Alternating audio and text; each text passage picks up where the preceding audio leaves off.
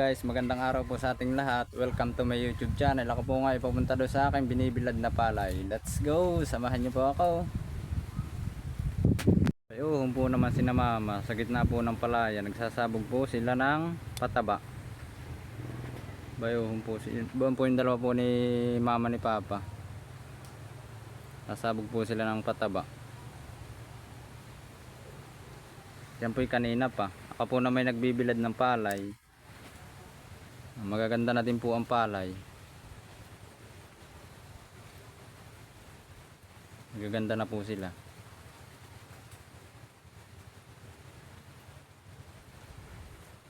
Papataba po sila. Doon po sa aming inaalaga ang palayan. Ako po na may papunta ngayon doon sa ako pong binibilad na palay.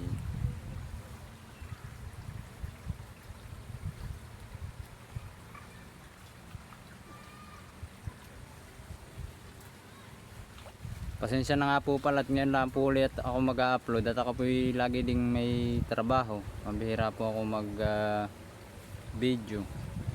Sana po pagpasensya na po ninyo ako. Sana po ipakasuportahan po ninyo aking YouTube channel. Salamat po.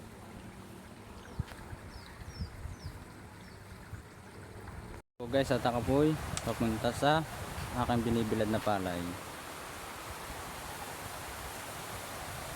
Ako pong hahaluin.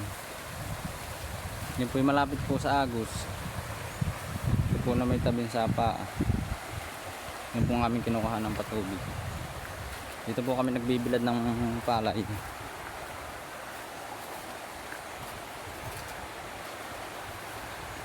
Dito po kami nadaan. Ito po malapit. Pupunta doon sa biladan. Medyo maputik po tabing palayan po ito. Yan po naman yung sapa. Yan po hindi naiiga.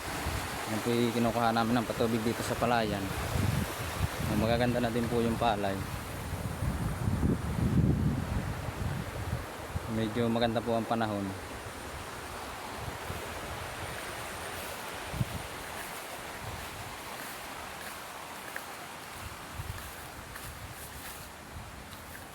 Ay ako po nga walang trabaho.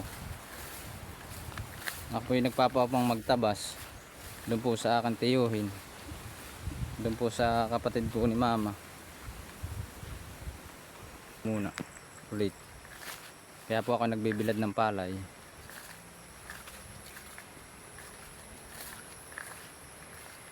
Pinag-ulahan po pala dito ng kalabaw at yupas.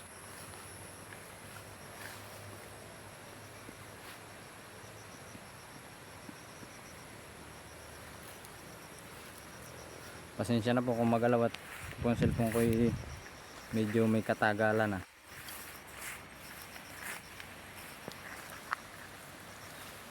Magalaw po siya itong video. Maganda po ang panahon, mainit. Dito po kami nagbibilad. Magaganda natin po yung kadig. Yan po pag may 5 taon pa ay malalaki na po yan. Baka po may mga gatimba na siya. Dito po yung binilad ko Yan po isang kaban, isang sako. Akin pong hahaluin.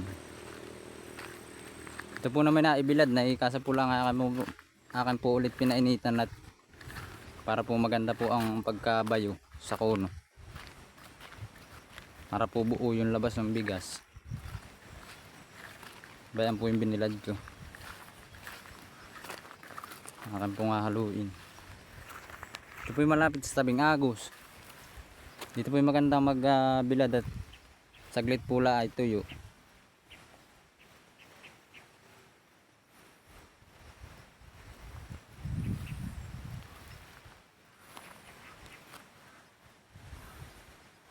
Maganda po ang panahon.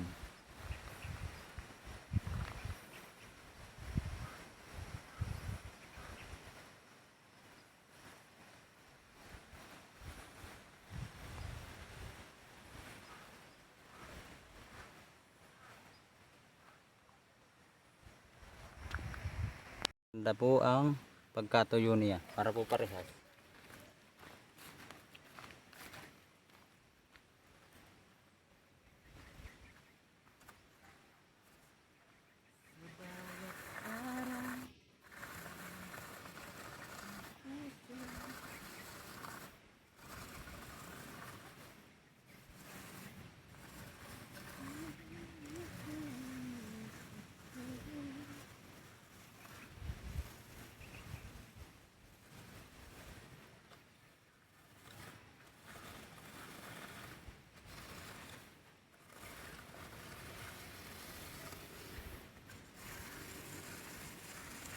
Dito po pala lagi pong maulan. Ngayon po lang ulit uminit. Titila po lang ang ulan dito kahapon.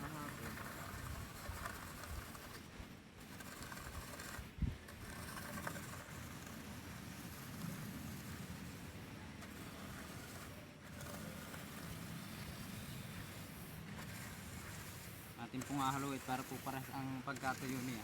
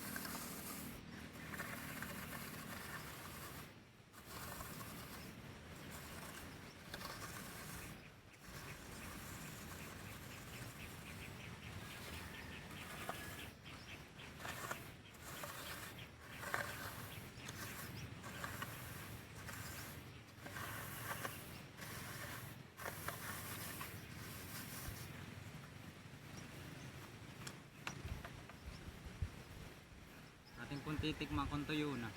Ito po pag may 2 oras ay aray na pong isilong. Hanggang 3 oras po. Sobra pong init dito sa tabing agos. Kaya po dito po namin dinadala ang palay.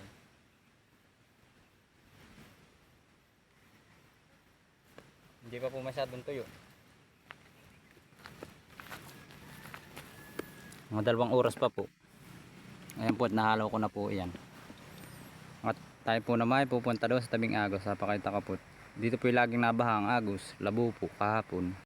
Atin pong pupuntahan yung tabing agos.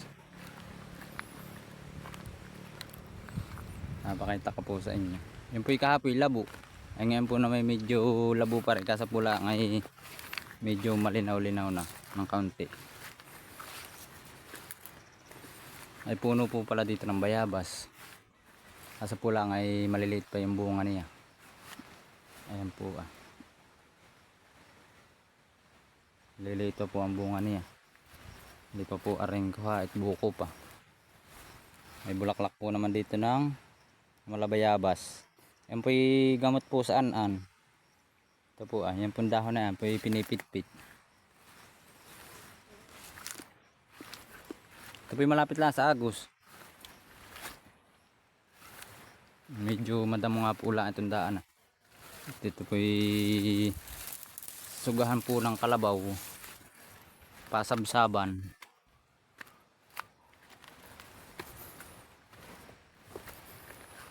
Ulan po ito ng kalabaw. Maganda po at gumanda po ang panahon ngayon. Hindi po kapares kahapong aba. Lakas po ng ulan dito. Kaya po yung agos ay nabaha.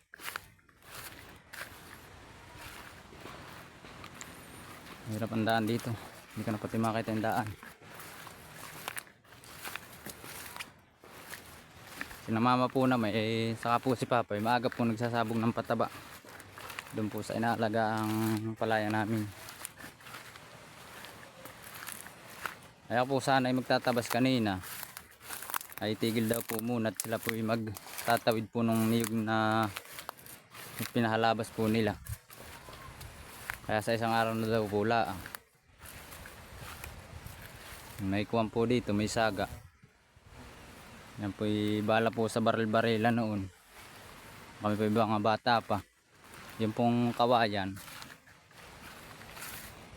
Yung po balay papel. Yan po ari po ding yan po ari po laruan ng mga bata dati. Yan po laruan po namin dati nung kami mga bata pa. Sobra pong init guys. Sarap pong magbabata dito sa Agus.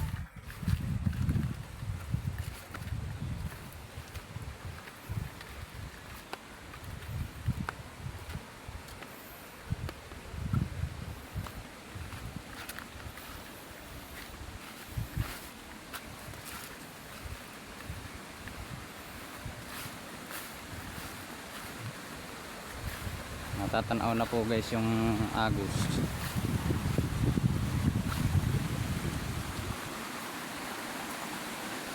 Ito po naman na yung sabangan ng sapa. Ayan po yung Agus.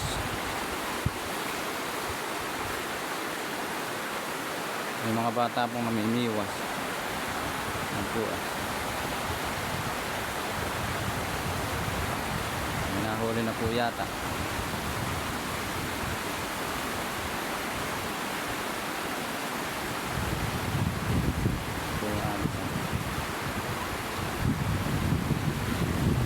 Ano, may nahuli na kayo? Wala pa. Yan po yung sabangan ng sapa.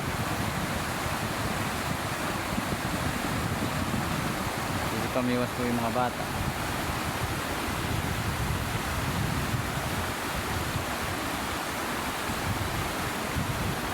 Yan po kahapon yung labo-labo.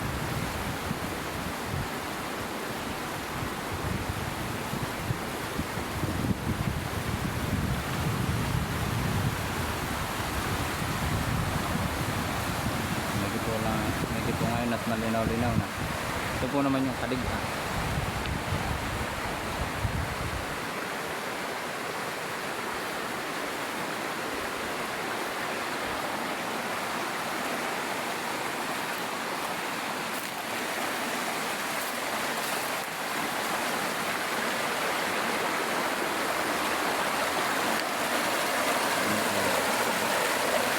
Ganda po ang linaw ng tubig.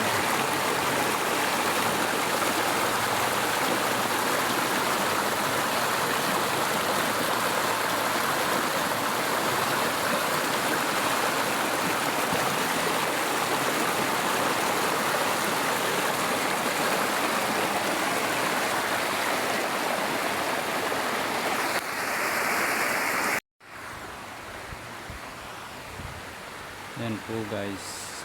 Ito po yung sinasabi kong kaligha. Ayan po yung mapakabilis lumaki. Yan po yung pag may 5 taon pa. Yan po yung mga gabaldi na. Gatimba. Yan po yung anod lang po ng baha. Ito po yung sapang ito yung lagi po nabaha.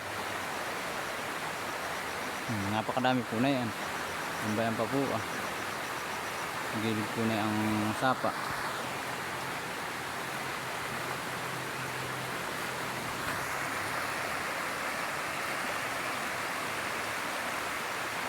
Yan po natuboy sa tabing sapa.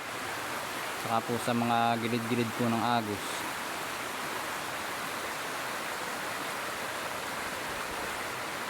Ang ganda po dito at kanlong. Malilim. Ayan po yung katawan niya.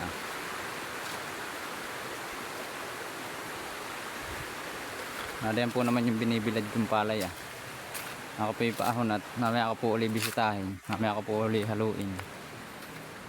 Hindi po tsatsaga dito sa init at sobra pong sakit na ng init.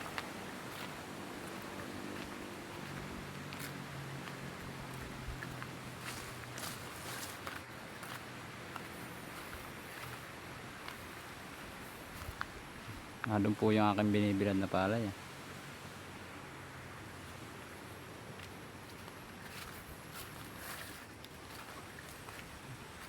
Ito po yung gilid po ng niyugan.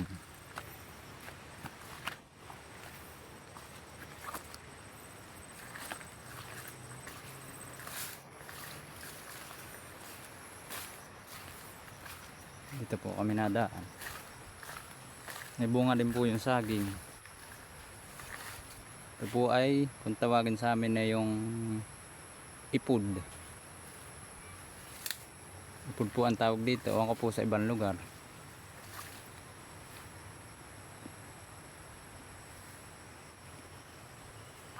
Madarang po ang bunga ng niyog.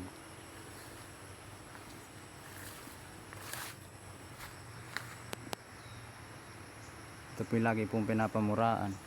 Kaya po nahina po mamunga. Bayan na po pala yung dalawa ni mama. Nandito na po sa malapit sa aming bahay. Yun pong sinasabugan nila. Ayan po yung dalawa. Pasang po pagsasabog si mama. Tapos si papa. Yan po yung malapit na po doon sa aming bahay.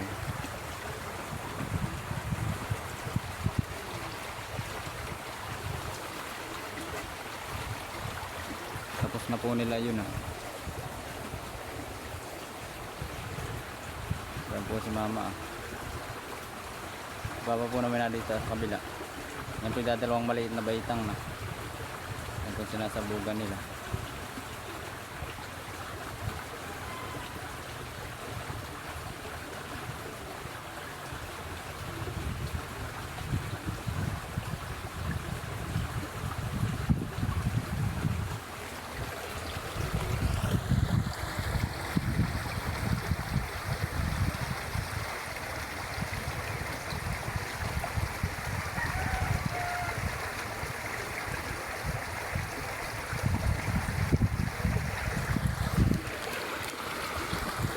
Bayan na po ah. Yan po yung dalawang baitang na sinasabugan nila. Yun na lang pong papunta po doon sa may pigir eh. Yan po sila ay kanina pa. Maaga po yan silang lumusong sa palayan.